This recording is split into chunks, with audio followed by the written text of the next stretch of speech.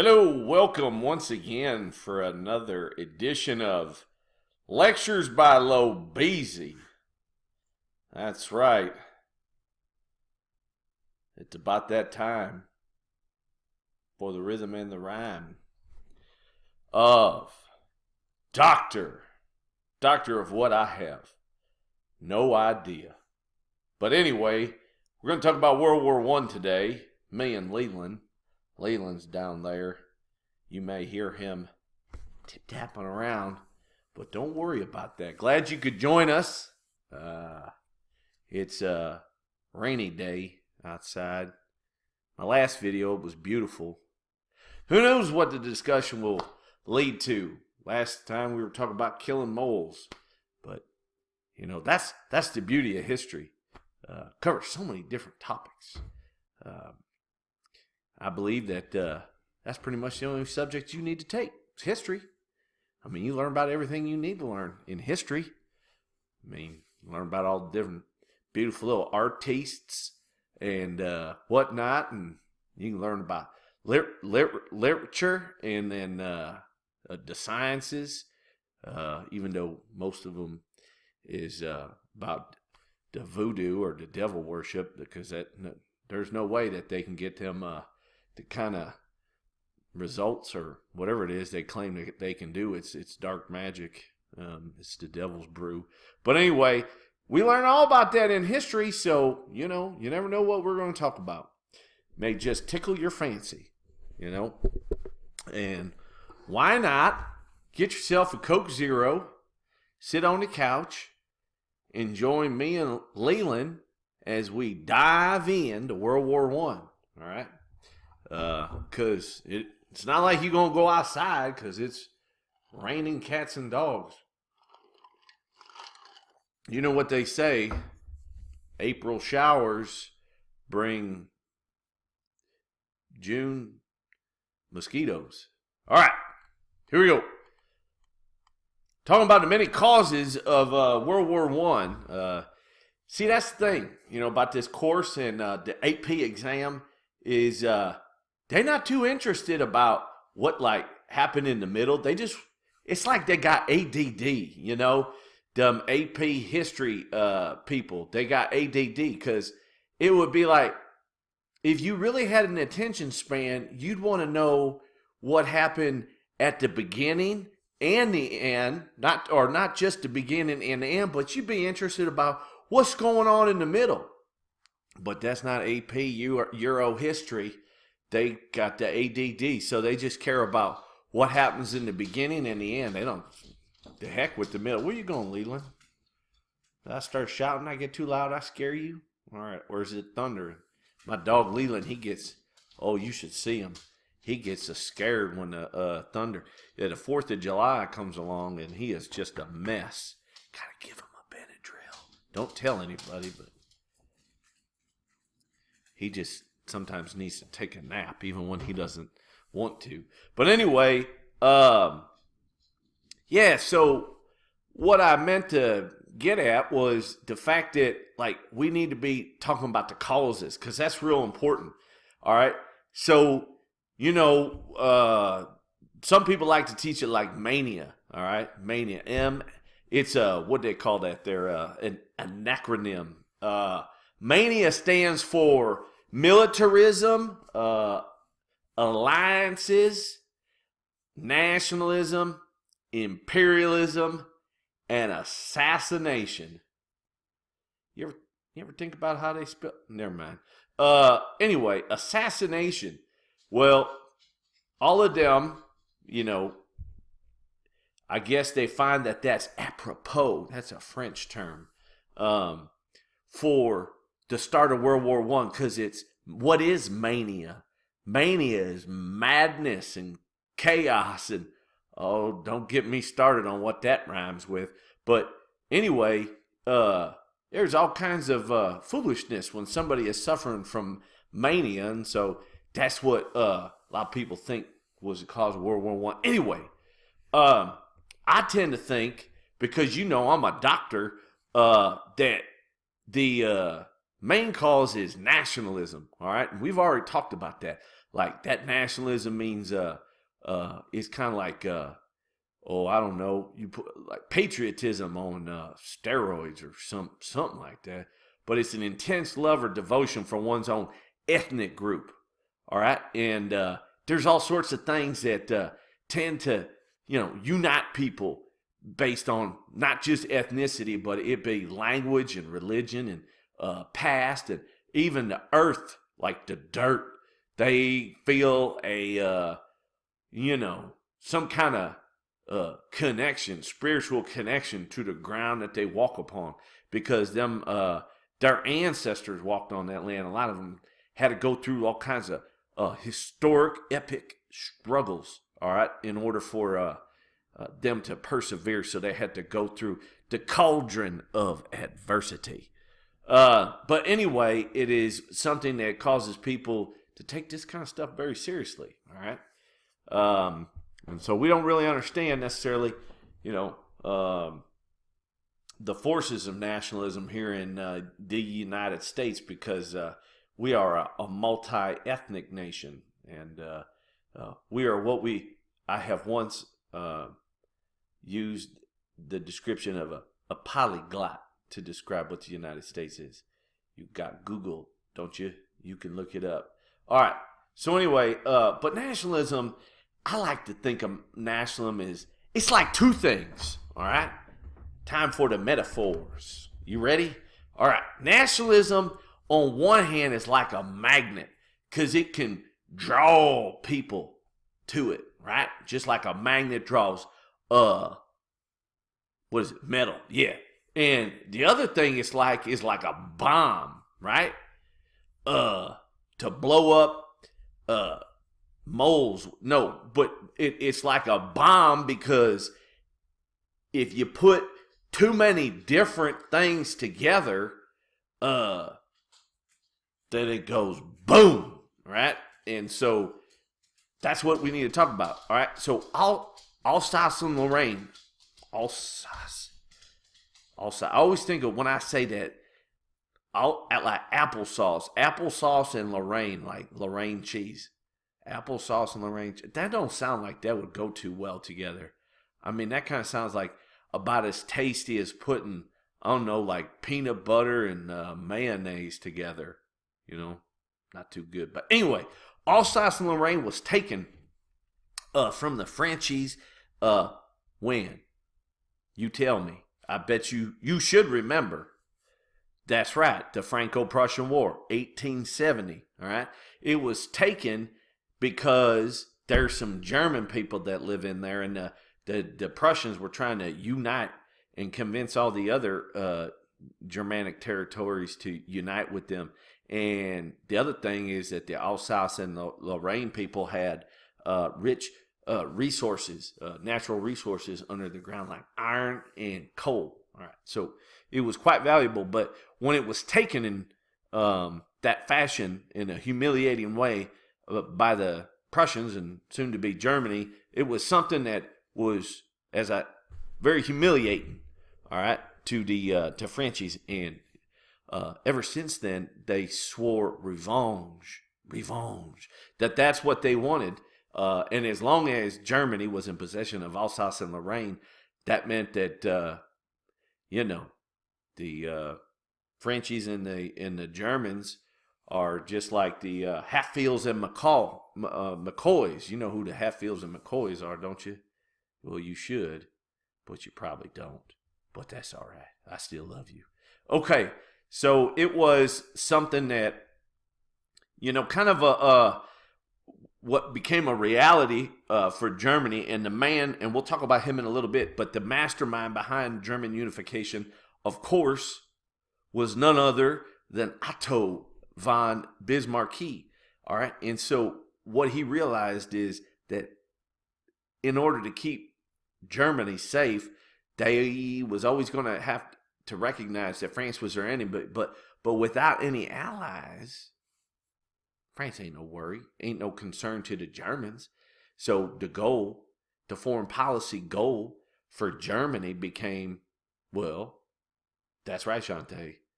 They were a satisfied power.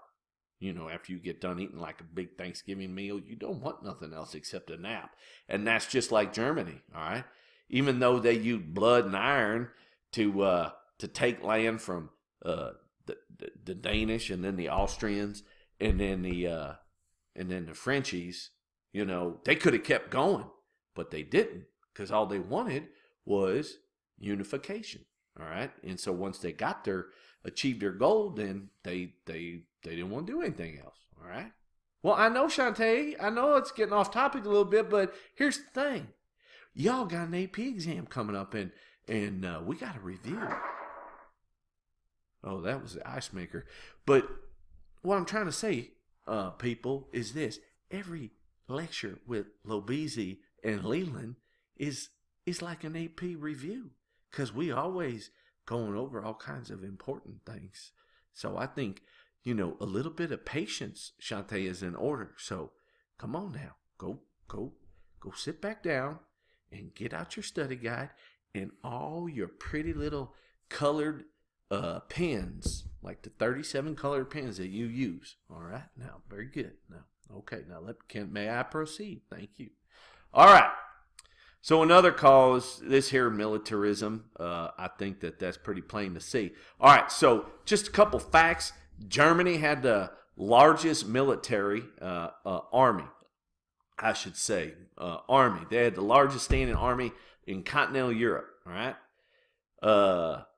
And Great Britain, conversely, had the largest navy, okay? And that stands to reason because they's an island, and they feel if they can prevent an invasion using their navy, they don't need much of a army, all right? And so that's why you see only half a man right there.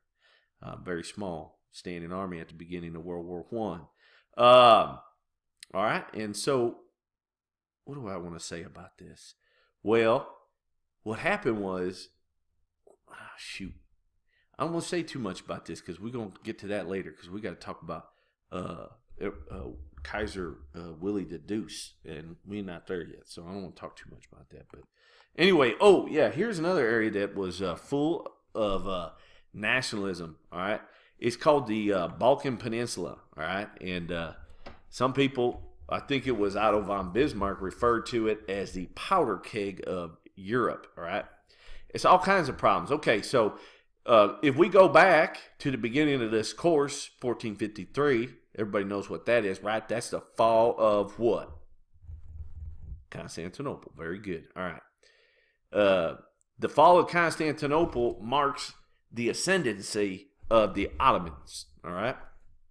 And there were two times that they was knocking on on Austria's door at Vienna, at the siege of Vienna. There were two sieges of Vienna, and ever since the second one, 1683, they's been a receding power, all right?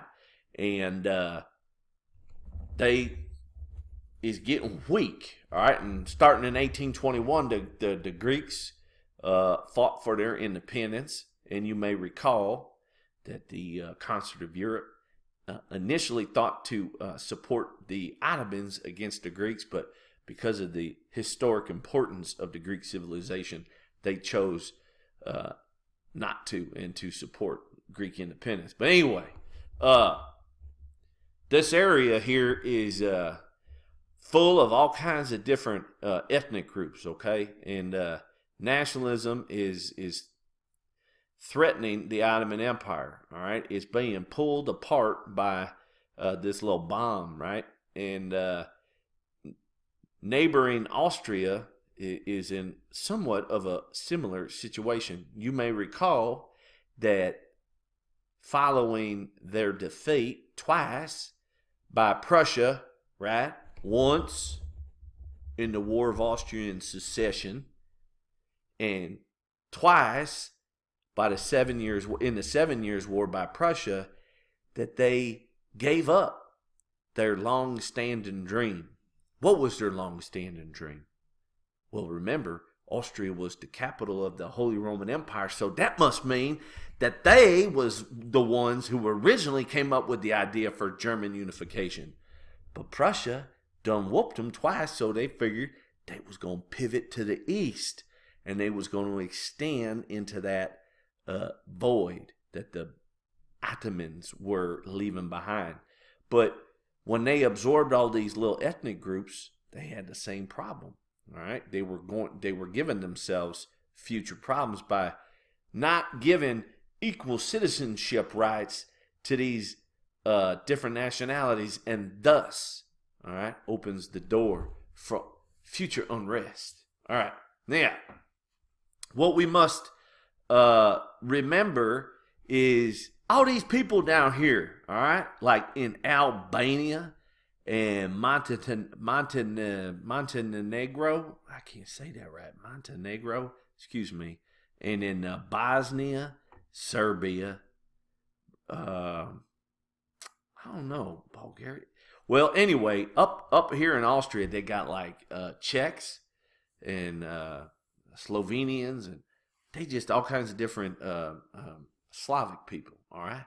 And at this time period, there was a pan-Slavic nationalistic movement afoot, all right? And that pan-Slavic nationalism meant they wanted to get all these people that were technically Southern Slavs to unite, all right? And that would mean that the people inside of Austria-Hungary would come over. Well, that when I say come over, that don't mean like they're going to pack their bags and move. It means that they want the territory that they's living in to be absorbed by Serbia, all right? But what they were calling for was a Yugoslavia, all right? That's what the Southern Slavic people were kind of collectively known as, all right? So what Austria-Hungary sensed, all right, was a unrest, and they sensed that what they tried to do is like a chess move, all right? So when, somebody is threatening, like with their rook, they gonna take your queen. So you use your bishop to knock out their rook, right?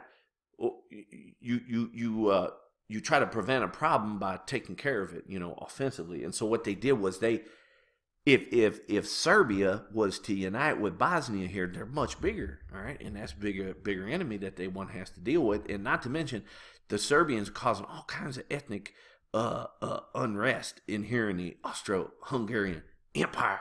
So what they did was annex Bosnia, and that made the Serbians fighting mad, okay? And it also brings in Russia, okay? Why Russia? Well, where's Russia? Oh, I don't know. Not on this map. I'll show you on another map, but it's over here, all right? What does Russia and Serbia have to do? Well, Russia is Slavic, right? And they see themselves as Europe's, the protector of Europe's Slavic population. Not to mention the fact that over here, all right, also not seen in this map, is Constantinople or the Bosporus Straits, okay? And as long as we've taught this course, what have we talked about with regards to Russia's foreign policy? Well, yes, I know that I said that they are like the blob, all right, always eating, okay? But yes, right. Well, so the point is, what is it that they want, right? They want warm water ports, all right? And so they want to secure better access through the Bosporus Straits into the Mediterranean Sea. And so, they're kind of focusing now on this part because they had just gotten their butts whooped by the Japanese, all right? No, Russo-Japanese, 1904, 1905. So they's looking elsewhere. You know what I'm saying? They got their butts whooped over there, so they're going into somebody else's neighborhood to cause trouble. All right? So the Russians are, saying they're going to support Serbia, and Serbia wants to declare war. This is called the first Balkan crisis, okay? But Russia says, well, I don't think so. We would like to support you, but we still licking our wounds from being whooped by the Japanese. So nope. All right. Anyway, everybody understand that? Nope, probably not. I don't blame you either. Okay. Oh yeah. So when we talk about nationalism, you can't forget the importance that all these alliances play, because once people get tied up in all these entangling alliances, they find it difficult to get untangled. You know what I'm saying? Hey, that's actually a quote by somebody. Entangling alliances. You know who said that? It's a very famous American. No, it's not Ronald McDonald. It's George Washington. He's the first president, and that was his farewell address. And in it, he warned the United States that they should pursue a foreign policy that avoids entangling alliances. All right. So now, what we have here then is I bet you guys don't even know what this is. Yeah, see, they're all pulling on a rope. It's called tug of war. Anybody? I bet you guys don't play tug of war no more, do you? Maybe on video games, but not in real life. But anyway, it's a struggle. It's a competition. All right, and on one side, I'll give you one guess. You got this helmet with a big old spike coming out of it. Who would dare wear such a thing? It's called a pickle bonnet.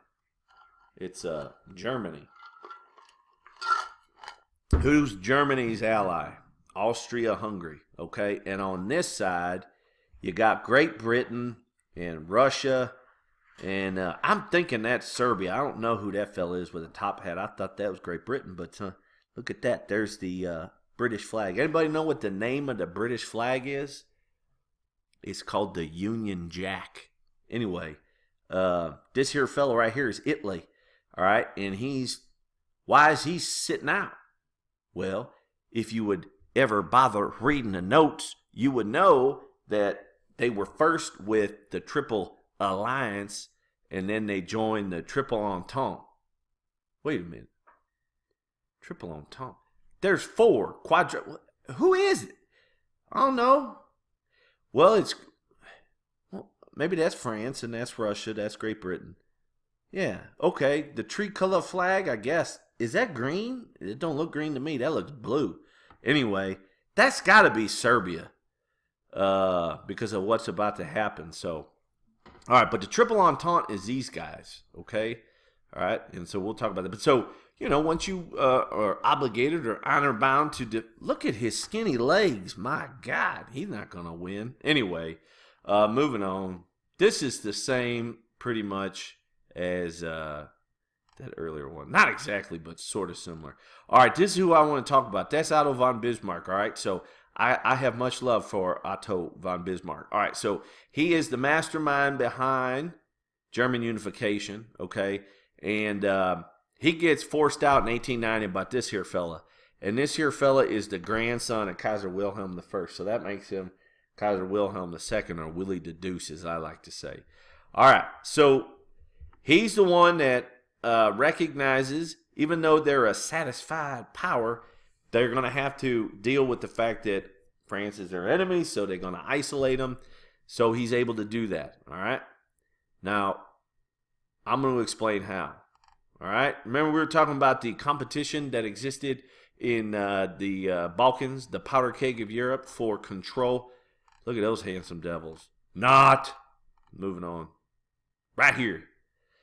Let's talk about this, all right? It doesn't have anything to do with this question, but it is important for you to understand. I need a visual. All right. So going back to Otto, all right? So Otto understands that bugs coming out early this year. So much hot weather we've had. All right. Anyway, okay, Germany, Austria, Hungary, they're all empires, okay? They're all empires.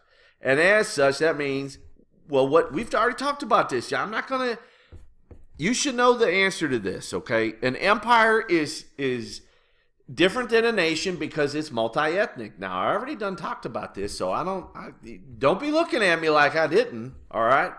What does Mr. Ricker say? Don't gawk. What does gawk what's it stand for? Yes, to stare stupidly. So don't just sit there and stare stupidly at me. I know you know the answer. Don't make me come over there. Okay. Anyway, I'm getting all excited. Maybe I should take a Benadryl. All right.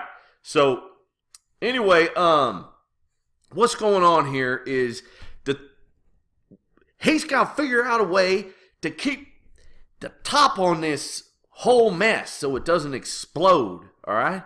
So, because Austria's right next door to the Ottoman, they having all kinds of problem, and then Austria's got problems internally, unrest, and then you got their mess in Russia is messing around too, causing trouble with Austria because they don't like each other over the mistreatment. They think that Austria is mistreating the Slavic population inside their country, and there's even more. I could go on. You want me to go on? All right, I'll go on. So the other point is that Russia is dealing with their own problems. They got internal revolt, okay? We haven't gotten to this yet. This is coming next in the next section. But because they lost the Japanese war, all right, that they're having a uprising in 1905, okay? So there's all this unrest. And so what Otto von Bismarck does to quell all this and to try to fix things in that area. So he's like doing 2-3 things at once, all right? He's hitting like 3 birds with 1 stone. He's a good aim, okay? He's satisfying the fact that they got to keep France isolated without allies, okay? And then also he's keeping the lid on it, all right? And then third reason, what's he doing? He's preventing Germany from having to face its largest existential fear. What the heck does existential mean? Well, I don't know. Break it down. What's the root word? Existence. So it's a threat that threatens their very existence. Come on. Do I got to do everything? All right. So anyway, the point is this. Russia has got problems. Austria has got problems. And so does Germany. But Bismarck, being the genius that he is, figures out a way to solve all the problems at once. In one fell swoop. I mean, he got a giant S on his chest. This man is Superman. But in German, what would they say? They wouldn't say Superman. If it was German, what would they say? Do you know? Übermensch. God darn it. All right. Here we go. So what he does is he crafts a treaty between the 3 countries. And the doggone thing's called the Three Emperors League. Or something like that. All right? And what's the glue is internal revolution, all right? And so what they promise to do is they're going to help each other out. Kind of like rebuilding something that was created. Oh, sorry, Shantae, I'm going to review a little bit. Don't get mad at me. Going to go off topic. You know I love you, Shantae. You're good. You always call. Everybody, some people say I look like a dad. And I'm guilty as charged. I'm a dad, so sometimes I treat y'all like you my little children. All right? My little babies. So, anyway, if I give you a little static once in a while, you know it's because it's coming from a good place. Coming from my heart. It's because I love y'all. All right. Anyway, that means I get to yell at you anytime I want. That's right. I do that. Okay. So, here's the thing. Senior moment. What the heck was I? I don't even know what the heck I was talking about. I had to hit back up. Hit reverse. Review. Whatever. Rewind.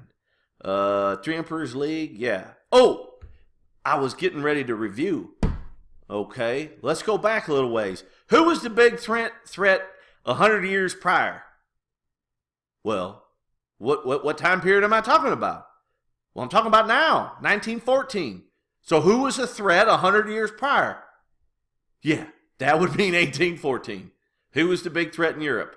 You better know this. It's right here. France. Yeah. Who? Napoleon. That's right. Okay. So remember when they got rid of Napoleon, they defeated him and they sent him away. He came back and then they brought in Fat Louis, right? And then they kicked him out, and he came back, and then they kicked him out again. All right, and then they had the Congress of Vienna, and one of the things they want to do is create lasting peace. And how they decide they want to create lasting peace? They had to create a peacekeeping organization, and it was called the It was called the League of Nations. No, it was called the Concert of Europe, right? And they had two big mechanisms, if you will, that would help them, that allowed them to maintain peace. All right, and what they was called was collective security, which I don't want to talk about that. I want to talk about principal intervention. Principal intervention was they was going to work together to quail. You like that? Tamp down. Internal revolution. Anywhere it should rear its ugly head because it spreads like a forest fire. So you got to tamp it down. All right. So that all blew up, right? It failed. The Congress of, the Concert of Europe went kaput, right? Why? Well, must I remind you? The Crimean War, yes, 1853 to 1856, between Russia and the Ottoman Empire, which the Frenchies and the Brits came in, and they were supposed to help Russia, but they didn't because they thought Russia was trying to expand too much and it would upset the balance of power. Come on now, it should all be coming back. It wasn't that long ago that we talked about it. It should all be coming back. All right. So that blew up the Concert of Europe, right? And that's why Italy and then Germany was able to unite, right? Because nobody was there to prevent them, because it would have upset the balance of power. Okay, so he said, we're going to make our own, all right, Concert of Europe. So we're going to help each other out. That's what he did, all right? And that's all I want to say. That's all I want to say. Now we can go on, all right? There we go. All right, back to this guy. Who's that? That's Otto. Uncle Otto. Lovingly referred to as Uncle Otto from this day forward, forevermore, on the AP